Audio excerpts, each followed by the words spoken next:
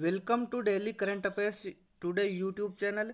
दोस्तों, आज हम राजस्थान करंट अफेयर्स 20 मार्च 2024 के बारे में पूरी चर्चा करने वाले हैं, जिसमें पांचवा सुंदर कांति जोशी अवार्ड जो महिला क्रिकेट पुरस्कार है, ये किसे दिया गया है। दूसरा है Rajiv Gandhi academic excellence scholarship योजना का नाम बदलकर क्या रखा गया, इसके बारे में चर्चा करेंगे। और खनिज की श्रेणी में संशोधित करके क्रिटिकल मिनरल्स की श्रेणी में किस खनिज को शामिल किया गया है, इन सभी प्रश्नों के बारे में हम इस वीडियो में चर्चा करने वाले हैं। तो वीडियो को लाइक कर दीजिएगा और चैनल को भी सब्सक्राइब कर दीजिएगा। अब चलते हैं पहले प्रश्न की ओर। तो आज का हमारा पहला प्रश्न है, पांचवा सुंदर कांति जोशी महिला क्रिकेट पुरस्कार 2024 के बारे में असत्य कथन बताइए। अब आपको इसमें असत्य कथन बताना है, तो यहाँ पे कौन सा असत्य कथन हो जाएगा। सीनियर वर्ग में ज्योति चौधरी को ये सत्य है। जूनियर वर्ग में सुमन मीणा को जूनियर वर्ग में नहीं दिया गया। इस बार जूनियर वर्ग में किसी को नहीं दिया गया, है दोस्तों। और यहाँ पे ऑप्शन बी सही उत्तर हो जाएगा। सब जूनियर वर्ग में वृंदा शर्मा को दिया गया। और लाइफ टाइम अचीवमेंट पुरस्कार सीता भार्गव को ये है पहली बार दिया गया दोस्तों, ये पहली बार है इस क्षेत्र में दिया गया है। अब हम पूरी जानकारी बात करते हैं। तो दोस्तों, यहाँ पे राधा निवास क्रिकेट क्लब की ओर से राजस्थान में महिला क्रिकेटरों को किस श्रेणी में दिया जाता है, ओनली फॉर महिलाओं को ये पुरस्कार दिया जाता है। दिया जाने वाला सर्वश्रेष्ठ पुरस्कार है पांचवा सुंदर कांति जोशी महिला क्रिकेट पुरस्कार 2023-24 का ये क्षेत्र है दिया गया है।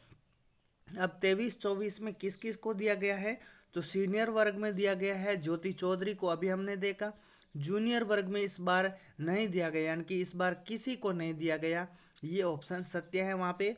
और सब जूनियर वर्ग में वीरेंद्र शर्मा नहीं है, वृंदा शर्मा कौन है, वृंदा शर्मा को दिया गया है। लाइफ टाइम अचीवमेंट पुरस्कार पहली बार किसे दिया गया, तो सीता भार्गव को दिया गया।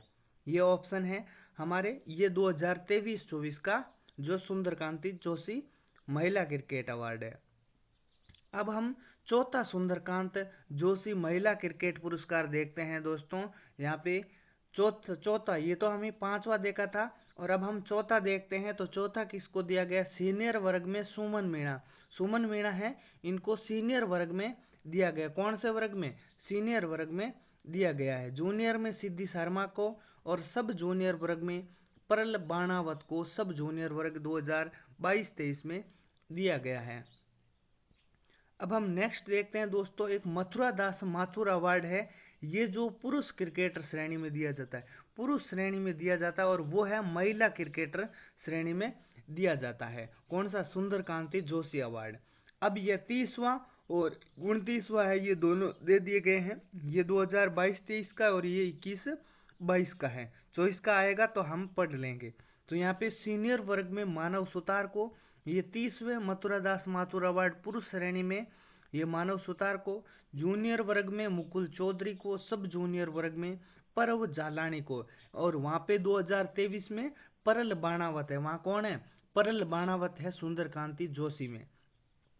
मथुरा दास माथुर अवार्ड ये 29वें जो है, इसमें किस किस को दिया गया 21-22 में, तो सीनियर वर्ग में अनिकेत चौधरी को, जूनियर वर्ग में अनिरुद्ध सिंह को, सब जूनियर वर्ग में रोहन राजभर को दिया गया। ये है हमारा आज का पूरा एनालिसिस। तो यहाँ पे आप देख सकते हो कि सीता भार्गव को जो लाइफ टाइम अचीवमेंट अवार्ड पहली बार दिया गया।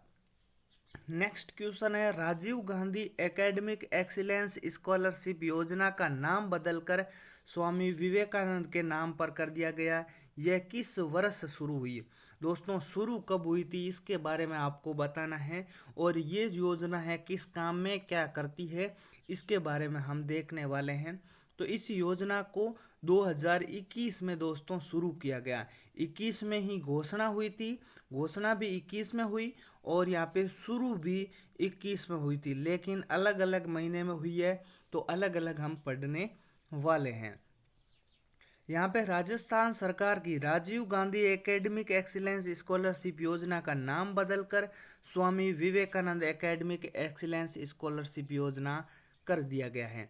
अब इनकी जो सीटों की स्थिति में बदलाव किया गया है, ये 500 सीटें रहेगी और यहाँ पे जो 500 सीटों में से 300 सीटें विदेश में जाएगी पढ़ने के लिए और 200 सीटें देश में ही शैक्षणिक संस्थानों में पढ़ाई करने वाले हैं। अब यानी कि 500 तो टोटल सीटें होगी, 500 में 300 है विदेश में जाएगी और 200 है यहाँ पे रहेगी। पहले 500 की 500 पूरी वहाँ पे विदेश में जाती थी। अब चयनित स्टूडेंट विदेशी संस्थानों से पढ़ने के लिए भेजे जाते थे। नेक्स्ट है दोस्तों यहाँ पे राजीव गांधी एकेडमिक एक्सीलेंस योजना है, इसके बारे में पूरी जानकारी देख लेते हैं। कब घोषणा हुई, तो यहाँ पे 20 अगस्त 2021 को इसकी घोषणा हुई और शुरुआत अक्टूबर 2021 में की गई, यानी कि 2021 है लेकिन ये अक्टूबर में शुरू और घोषणा 20 अगस्त 2021 को हुई थी। राज्य सरकार की योजना जिसमें ये थी, पहले थी 8 लाख से कम पारिवारिक आय वालों को लिया जाता था, लेकिन स्टूडेंट कम होने के कारण अब पारिवारिक आय है 25 लाख कर दी गई है मिनिमम आय। और इसमें महिलाओं की जो सीटें हैं 30% आरक्षित है और राजस्थान मूल के निवासी होना चाहिए। और बजट 2023-24 में 200 विद्यार्थियों के स्थान पर 500 किए गए थे, जिसमें से 300 तो विदेश में जाएंगे अब और 200 है यहाँ पे देश में ही लाभान्वित होंगे। नेक्स्ट है केंद्र सरकार ने राजस्थान में मिलने वाली किस खनिज पदार्थ को खनिज की श्रेणी में संशोधित करके क्रिटिकल मिनरल्स की श्रेणी में रखा गया है। तो इसका सही उत्तर कौन सा हो जाएगा? क्रिटिकल मिनरल की श्रेणी में किसको रखा गया? तो यहाँ पे पोटास को रखा गया। ऑप्शन इसका सी सही उत्तर हो जाएगा। अब पोटास को रखा है तो पोटास के खनिज वगैरह के बारे में देख लेते हैं। पोटास को मिनरल श्रेणी से क्रिटिकल मिनरल श्रेणी में शामिल करने से अब केंद्र सरकार है माइनिंग का कार्य सीधा अपने हाथ में ले सकती है। अब ये पूछा जा सकता है कि माइनिंग श्रेणी में सीधा जो है हाथ में को किस खनिज के कारण ले रही है, तो पोटास के कारण। बीकानेर के लकासर में और हनुमानगढ़ के सतीपुरा में पोटास के भंडार होने का पता चला है। ये करंट का क्वेश्चन बनता है, इंपॉर्टेंट है। किस किस क्षेत्र में कहाँ कहाँ पर? तो बीकानेर के लकासर में और हनुमानगढ़ के सतीपुरा में। पोटास का आयस्क है उसे क्या कहते हैं? तो सिल्वीनाइट कहते हैं, यानी कि पोटास का जो मिश्रण होता है जिसमें से पोटास अलग किया जाता है, तो वो सारा का सारा क्या कहलाता है? खनिज सिल्वीनाइट कहलाता है।